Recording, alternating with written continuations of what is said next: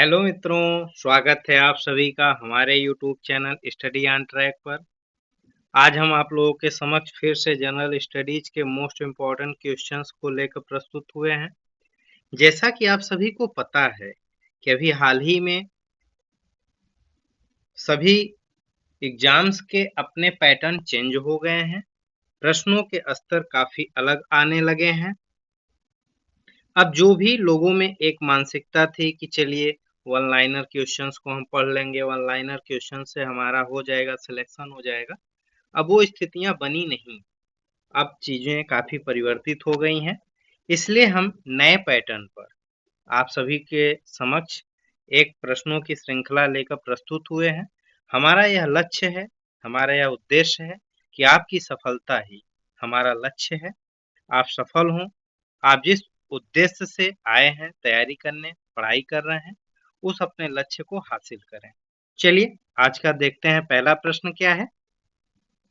ये आपका जियोग्राफी से है कि यहाँ की तापमान प्रणाली में चरम परिस्थितियों का अभाव पाया जाता है, लेकिन एक उल्लेखनीय ठंड का मौसम भी विद्यमान होता है। प्रतिवर्ष 500 मिमी से 1500 मिमी के मध्य वर्षा होती है।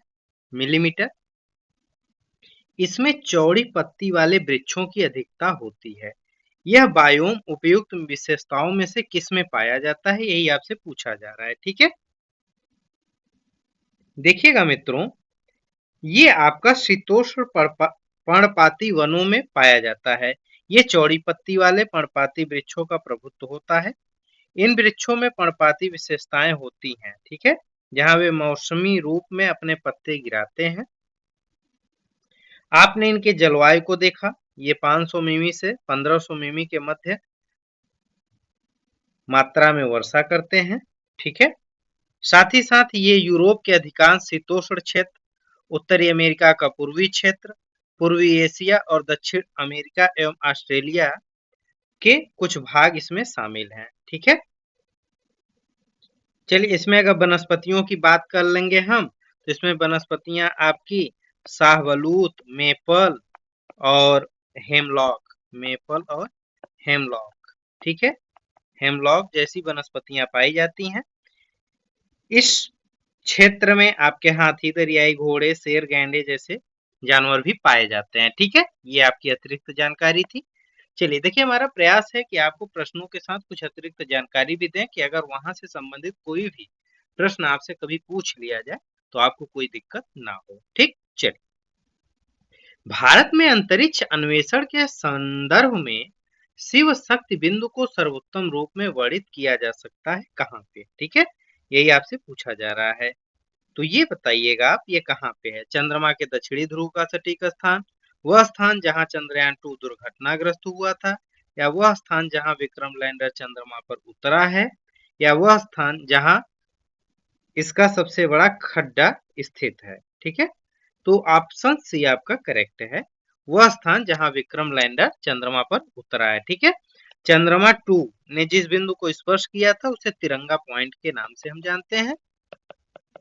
ठीक है, उसको जाना जाएगा। और 3 आपका जो चंद्रयान 3 है, ये भारतीय अंतरिक्ष अनुसंधान संगठन के चंद्रयान कार्यक्रम के तहत तीसरा भारतीय चंद्र अन्वेषण मिशन है। ठीक है, चंद्रयान 2 मिशन में के समान ही इसमें विक्रम नामक एक लैंडर और प्रज्ञान नामक एक रोवर, ठीक है,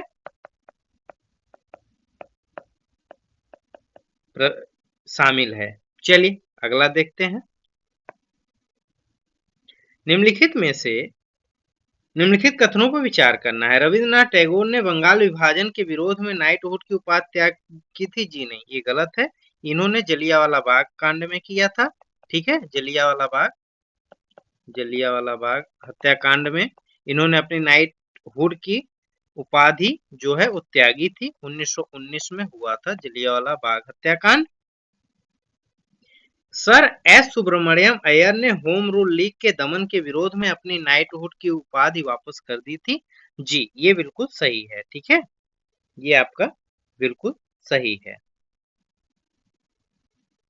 दरअसल हुआ क्या था कि सरकार ने होम रूल लीग का कठोरता से दमन किया, विशेष रूप से मद्रास में। जहां छात्रों को राजनैतिक बैठकों में भाग लेने से प्रतिबंधित किया गया था। बाल गंगाधर तिलक के विरुद्ध एक मुकदमा दर्ज किया गया था, जिसे उच्च न्यायालय ने रद्द कर दिया था। तिलक के पंजाब और दिल्ली में प्रवेश करने पर रोक लगा दी गई थी। जून 1917 में जून 1917 में एनी बेसेंट और उनके सहयोगी और बीपी वाडिया तथा जॉर्ज अरुंडेल को गिरफ्तार कर लिया गया था। इसका देशव्यापी विरोध हुआ था। अपना विरोध दर्ज कराने के लिए ही सर एस सुब्रमण्यम अय्यर ने अपनी नाइटहुड की उपाधि को त्याग दिया था, वापस कर दिया था। ठीक है, तो इस प्रश्न में आपका केवल 2 सही है, ऑप्शन बी आपका करेक्ट है। बाकी सर एस सुब्रमण्यम अय्यर ने अपना नाइटहुड की उपाधि क्यों वापस की थी, ये भी हमने आपको बता दिया। चलिए, राजसिक, सात्विक और तामसिक पात्र भारत की किस शास्त्रीय नृत्य शैली से संबंधित है? तो ये मित्रों आपकी कथकली से ठीक है, ऑप्शन सी आपका करेक्ट है। कथकली का जो प्रस्तुतिकरण है, ये इनमें पात्रों को मोटे तौर पर सात्विक, राजसिक और तामसिक वर्गों में विभक्त किया जाता है। सात्विक चरित्र में आपके कुलीन, विरोचित, दानशील और परिष्कृत होते हैं। राजसिक वर्ग के अंतर्गत खलनायक पात्र होते हैं। वे कभी कभी रावण, कंसा और शिशुपाल जैसे महान योद्धा और विद्वान का रोल अभिनय करते हैं। ठीक, चलिए अगला देखते हैं। आपसे पूछ रहा है कि निम्नलिखित में से कितने गणमान्य व्यक्ति अपना पद ग्रहण करने से पूर्व भारत की संप्रभुता और अखंडता अक्षुण्ण रखने की शपथ लेते हैं? तो देखिएगा मित्रों, आप इसमें कि जो राष्ट्रपति और राज्यपाल के अतिरिक्त अन्य सभी गणमान्य व्यक्ति पद ग्रहण करने से पूर्व भारत की संप्रभुता और अखंडता को अक्षुण्ण बनाए रखने की शपथ लेते हैं। हमने क्या बताया, राष्ट्रपति और राज्यपाल को छोड़ के, अर्थात ऑप्शन बी और ऑप्शन 4, 2 और 4 प्रधानमंत्री और उच्च न्यायालय का न्यायाधीश। ठीक है, ये दोनों आपके होंगे, अर्थात इसमें आपका कौन सा ऑप्शन सही होगा? ऑप्शन बी आपका करेक्ट आंसर होगा। ठीक, चलिए अगला देखते हैं। अखिल भारतीय मुस्लिम लीग के संदर्भ में निम्नलिखित कथनों पर विचार करना है। ठीक है, इसमें क्या है, कह रहा है कि मोहम्मद अली जिन्ना लीग के संस्थापक सदस्यों में से एक था? जी नहीं, ये संस्थापक सदस्यों में नहीं थे, क्योंकि मुस्लिम लीग की स्थापना हुई थी 1906 में। ठीक है, इसकी स्थापना कब हुई थी? 1906 ईस्वी में हुआ था, और ये 1913 से 14 अगस्त 1947 तक अखिल भारतीय मुस्लिम लीग के नेता के रूप में इन्होंने कार्य किया था, तो इसलिए ये संस्थापक सदस्य के रूप में नहीं थे। दूसरा है कि क्या इसने बंगाल विभाजन का समर्थन किया था? जी बिल्कुल, इसने बंगाल विभाजन का समर्थन किया था। लीग वर्ष 1946 की अंतरिम सरकार में शामिल हुई? जी, ये भी सही है, क्योंकि 1946 में अंतरिम सरकार का गठन आरंभ में कांग्रेस के द्वारा किया गया था। बाद में मुस्लिम लीग भी इसमें शामिल हो गई। लियाकत अली खां मुस्लिम लीग के एक नेता थे, जो वर्ष 1946 के दौरान अंतरिम सरकार में वित्त मंत्री थे। अंतरिम सरकार के फैसलों को बाधित करने में उनका महत्वपूर्ण योगदान भी था। तो इसलिए यहाँ पे आप देखेंगे इस तरीके से मित्रों, ऑप्शन बी आपका करेक्ट है, केवल 2 और 3 आपका सही है। ठीक, चलिए अगला देखते हैं। निम्नलिखित युग्मों पर विचार करना है हमको। हमसे पूछ रहा है कि तंत्र और संबंधित प्रोटोकॉल कौन किससे संबंधित है। ठीक है, तो यहाँ पे देखिएगा कि अग्रिम सूचित समझौता का संबंधित कार्टाजेना प्रोटोकॉल से है। जी बिल्कुल ये सही है। प्रमाणित उत्सर्जन न्यूनीकरण का नगोया प्रोटोकॉल से है? नहीं। संयुक्त कार्यान्वयन का मॉन्ट्रियल प्रोटोकॉल से है? नहीं। तो इसमें आपका पहला वाला केवल एक सही है। ठीक है, केवल एक सही है, बाकी आपके गलत है मित्रों। आपको बता देते हैं इस बारे में कुछ चीजों को कि जैव सुरक्षा पर एक पूरक समझौते के रूप में कार्टाजेना प्रोटोकॉल को अंगीकृत किया गया था। यह वर्ष 2003 में प्रभावी एक अंतर्राष्ट्रीय समझौता है। यह प्रोटोकॉल आधुनिक जैव प्रौद्योगिकी के परिणाम स्वरूप आनुवांशिक रूप से संशोधित जीवों द्वारा उत्पन्न संभावित जोखिमों से जैव विविधता की रक्षा करता है। अग्रिम सूचित समझौता एडवांस इन्फॉर्म्ड एग्रीमेंट प्रक्रिया आयात करने वाले पक्षकार के परिवेश में प्रवेशन हेतु जीवित संशोधित जीवों की सीमा पार आवाजाही पर लागू होती है। यह आपका कार्टाजेना प्रोटोकॉल अग्रिम सूचित समझौता है। ठीक है। दूसरा है आपका कि क्योटो प्रोटोकॉल के अनुच्छेद 12 में, आर्टिकल 12 में परिभाषित है कि स्वच्छ विकास तंत्र, ठीक है, स्वच्छ विकास तंत्र, ये आर्टिकल 12 में परिभाषित स्वच्छ विकास तंत्र एनेक्स बी के पक्षकारों के लिए उत्सर्जन में कमी करने या विकासशील देशों में उत्सर्जन कटौती परियोजना को कार्यान्वित करने की अनुमति प्रदान करता है। जो ये प्रमाणित उत्सर्जन न्यूनीकरण है, सर्टिफाइड इमिशन रिडक्शन, प्रमाण पत्र दिया जाता है जो बिक्री योग्य होता है। ठीक है। एक CER का आशय होता है 1 टन CO2 के बराबर उत्सर्जन में कमी। इसका उपयोग क्योटो प्रोटोकॉल द्वारा निर्धारित लक्ष्यों की पूर्ति में विफल रहने पर समायोजन हेतु किया जाता है, न कि नगोया प्रोटोकॉल में। ठीक है। चलिए अगला देखते हैं संयुक्त कार्यान्वयन में। तो इसका क्या है कि ये भी क्योटो प्रोटोकॉल के तहत निर्धारित 3 लचीलेपन तंत्रों में से एक है।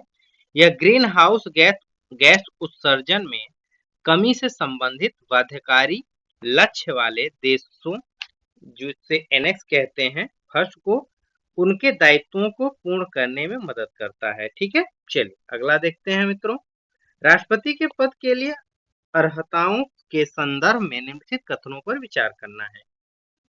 वह 35 वर्ष की आयु पूर्ण कर चुका हो? जी नहीं, इसके लिए आपको पता है।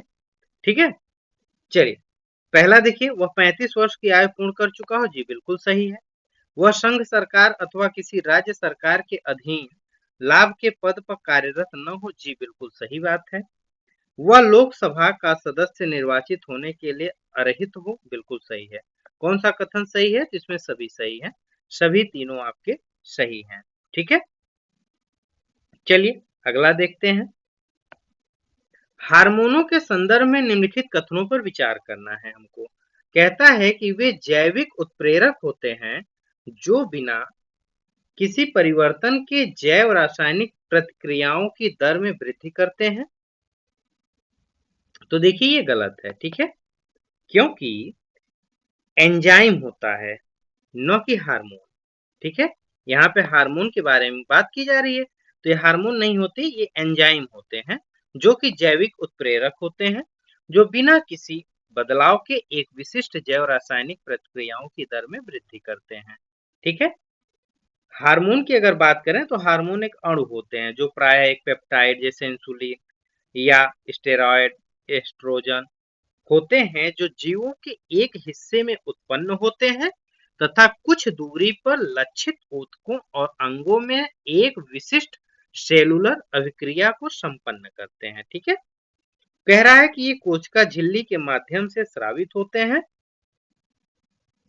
तो ठीक है, ये बिल्कुल सही है, ये वाला आपका सही है। हार्मोन्स के बारे में कुछ जानकारी हम आपको एक्स्ट्रा बता देते हैं। इसमें तो ऑप्शन बी आपका करेक्ट आंसर हुआ। तो हार्मोन्स के बारे में कुछ अतिरिक्त जानकारी हम आपको देते हैं। तो हार्मोन्स अपने उत्पत्ति स्थल से कुछ दूरी पर स्थित कोशिकाओं या ऊतकों पर कार्य करते हैं। हार्मोन उत्प्रेरक नहीं होते, वे सिर्फ जैव रासायनिक अभिक्रिया आरंभ करते हैं। ठीक है। हार्मोन उत्प्रेरक नहीं होते, वे जैव अभिक्रिया में भाग लेते हैं जिससे उनकी रासायनिक संरचना परिवर्तित हो जाती है और उनका पुनः उपयोग नहीं किया जा सकता। हार्मोन आपके पॉलीपेप्टाइड, टर्पेनोनाइड, स्टेरॉयड, फेनोलिक ये कंपाउंड्स और अमाइन हो सकते हैं, और ये अपने कार्यान्वयन में या तो उत्तेजक या निरोधात्मक का हो सकते हैं। ठीक है। हार्मोन नियंत्रित अभिक्रिया उत्क्रमणीय नहीं होती है। हार्मोन की कमी या अधिक उत्पादन चपा चयापचय संबंधी विकार या बीमारियों के लिए उत्तरदायी होता है। तो ये थी कुछ अतिरिक्त जानकारी हार्मोन्स के बारे में। चलिए अगला प्रश्न देखते हैं। हाल ही में सुर्खियों में रहा मंगोलियाई कंजूर क्या है? यही हमसे पूछा जा रहा है मित्रों। तो देखिए जो मंगोलियाई कंजूर है यह बौद्ध धर्म शास्त्रीय ग्रंथ है। ठीक है। ऑप्शन ए आपका करेक्ट है। यह बौद्ध धर्म से संबंधित एक वैधानिक ग्रंथ है। मंगोलियाई बौद्धों द्वारा इस ग्रंथ का काफी सम्मान किया जाता है तथा वे मंदिरों में कंजूर की पूजा करते हैं। यह मंगोलिया को सांस्कृतिक पहचान प्रदान करने का एक स्रोत है। संस्कृत मंत्रालय ने राष्ट्रीय पांडुलिपि मिशन के तहत मंगोलियाई कंजूर के 108 अंकों का मुद्रण करने की परियोजना आरंभ की है। ठीक है, इसीलिए यह आपका सुर्खियों में रहा है। चलिए अगला देखते हैं मित्रों। अर्थशास्त्र के संदर्भ में टोबिन टैक्स क्या है, आपसे यही पूछा जा रहा है। तो यह उन लेन देनों पर आरोपित कर है जिनमें नकारात्मक बाध्यताएं होती हैं। यह अल्पकालीन पूंजी मुद्रा लेन देन पर आरोपित कर है। यह 3 वर्षों से अधिक की पूंजीगत संपत्ति पर आरोपित कर है। यह शून्य कर प्रदाता कंपनियों पर आरोपित कर है। तो देखिए मित्रों, यह आपका पहले हम बता देते हैं कि टोबिन टैक्स होता क्या है। ठीक है, तो उससे आप खुद ही पता चल जाएगा इसका उत्तर क्या है। जिन लोगों को आता है तो लोग अपना लगा लें। चलिए, टोबिन टैक्स आपका इसका नामकरण हुआ था नोबेल पुरस्कार विजेता अमेरिकी अर्थशास्त्री जेम्स टोबिन के नाम पर। इसे पहली बार 1971 में अल्पकालिक पूंजी मुद्रा लेन देन पर आरोपित किया गया था। ठीक है, चलिए, टोबिन टैक्स जो है यह मुद्रा व्यापार में सट्टेबाजी को हतोत्साहित करने तथा विनिमय दर की अस्थिरता को न्यून करने हेतु एक साधन है। टोबिन टैक्स को प्रायः रॉबिन हुड टैक्स भी कहा जाता है। क्या कहा जाता है? Robin hood tax. Robin hood tax. ठीक है, क्योंकि बहुत से लोग इसे सरकारों द्वारा अधिक मात्रा में एवं अल्पकालिक मुद्रा विनिमय करने वाले लोगों से अल्प मात्रा में धन लेने के तरीके के रूप में देखते हैं। भारत में शेयर बाजार के लेन देन पर लागू प्रतिभूति लेन देन कर भी इसी प्रकार का एक कर है। इसका उद्देश्य अल्पकालिक निवेश को हतोत्साहित करना है। ठीक है, तो आपसे पूछा गया कि टोबिन टैक्स क्या है। तो टोबिन टैक्स एक है आपका अल्पकालीन पूंजी मुद्रा लेन देन। ठीक है, चलिए अगला देखते हैं। आचार्य विनोबा भावे के बारे में निम्नलिखित कथनों में से कौन सा सही है, यही आपसे पूछा जा रहा है। ठीक है, तो देखिएगा मित्रों, आपसे पूछा जा रहा है कि वे सर्वोदय और भूदान आंदोलन से जुड़े थे। जी बिल्कुल, ये सही है। भूदान आंदोलन से ये पहले जुड़े थे। ये जुड़े थे 1951 में। ठीक है, 1951 में जब इनको भूदान की प्रेरणा इन्हें विनोबा भावे को आई थी 1951 में, जब हैदराबाद के तेलंगाना जिलों का भ्रमण कर रहे थे। यह वह क्षेत्र था जहां साम्यवादियों ने हाल ही में सक्रियतावादी एक्टिविस्ट कृषि अभियान को बंद कर दिया था, जिसके दौरान कुछ अच्छे जमींदार अपनी भूमि और अपने प्राण दोनों गंवाए थे। भूदान के माध्यम से विनोबा जी ने किसानों को यह दिखाने का लक्ष्य तय किया था कि साम्यवादी कार्यक्रम का एक प्रभावशाली विकल्प मौजूद है, और वर्ष 1952 और 54 में वर्ष 1952 और 54 में से 54 तक इस आंदोलन को प्रभावी शुरुआत मिली थी। इन अवधियों में भूदान के रूप में 30 लाख एकड़ से अधिक भूमि प्राप्त हुई थी। इसलिए यह भूदान आंदोलन आपका ज्यादा महत्वपूर्ण बनता है। ठीक है, साथ ही साथ विनोबा जी भूदान आंदोलन के उद्देश्यों का वर्णन करते हुए कहते थे कि गांव से गांव तक सत्ता का विकेंद्रीकरण होना चाहिए, भूमि व संपत्ति पर सभी का अधिकार होना चाहिए। सर्वोदय की अवधारणा जो थी ये गांधी जी की थी। बाद में गांधी जी की व्यापक सामाजिक, आर्थिक, राजनैतिक, नैतिक और आध्यात्मिक दर्शन को व्यापक रूप से समझते हुए विनोबा भावे जी ने भी इसको अपनाया। सर्वोदय का अर्थ है सभी का कल्याण। इन्होंने भगवत गीता का मराठी में अनुवाद किया, बिल्कुल सही था, ये सही है। ठीक है, 1940 में उन्हें गांधी के द्वारा नेहरू के उपरांत ब्रिटिश शासन के विरुद्ध दूसरे व्यक्तिगत सत्याग्रही के रूप में चुना गया था। तो ये आपका गलत है। ठीक है, ये वाला मित्रों आपका गलत है, क्योंकि 1940 में गांधी के द्वारा ब्रिटिश शासन के विरुद्ध संचालित किए गए व्यक्तिगत सत्याग्रह में इन्हें प्रथम सत्याग्रही के रूप में चुना गया था, न कि दूसरे सत्याग्रही के रूप में चुना गया था। दूसरे पे जवाहरलाल नेहरू को चुना गया था। ठीक है, यहाँ पे नेहरू को दूसरे पे चुना गया था और विनोबा भावे जी को पहले पे चुना गया था। तो यहाँ पे आपको सारी चीजें स्पष्ट हो गई हैं। इस आधार पे आपका ऑप्शन ए सही है कि इसमें पहला और दूसरा इस प्रश्न का सही उत्तर है। ठीक है, चलिए अगला देखते हैं।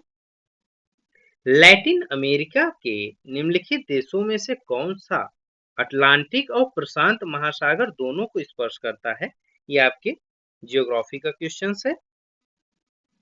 तो देखिएगा मित्रों, जो पनामा है इसमें आपका पनामा आपका स्पर्श करता है, यह अटलांटिक और प्रशांत महासागर दोनों को स्पर्श करता है।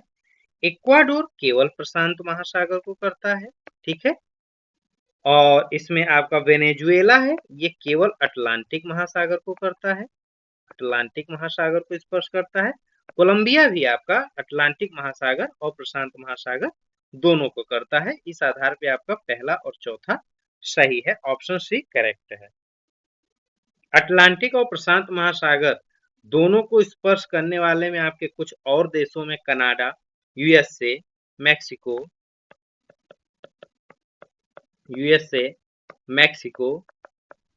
Guatemala, Honduras, Nicaragua, Costa Rica, Chile, ठीक है, चिली जैसे देश भी हैं। ठीक है, चलिए अगला देखते हैं। दक्कन ट्रैप के संदर्भ में निम्नलिखित कथनों पर विचार करना है हमको। ठीक है, कि दक्कन ट्रैप क्या है।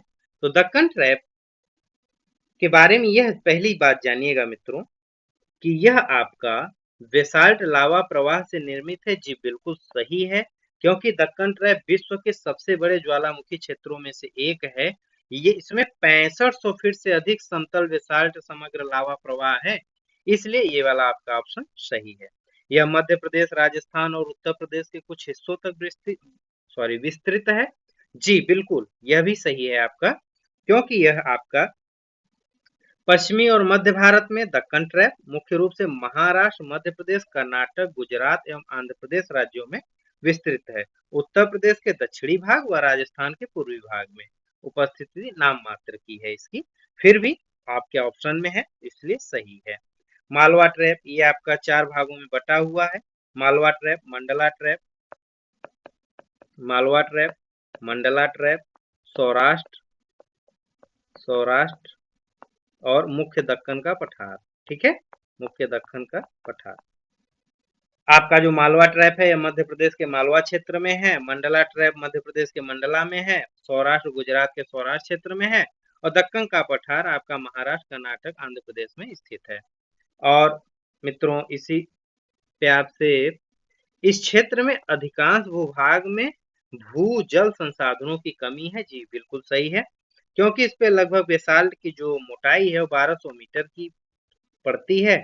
इस वजह से जल के रिसाव को अवरोधित होता है। इस कारण इन प्रांतों में बृहद स्तर पे भूजल संसाधनों की कमी है। ठीक है, चलिए तो इस हिसाब से आपका मित्रों इसमें कौन सा सही हुआ, आपसे ये पूछ रहा है। तो ऑप्शन बी आपका करेक्ट है, इसमें सभी तीनों सही हैं। ठीक है, तीनों सही हैं।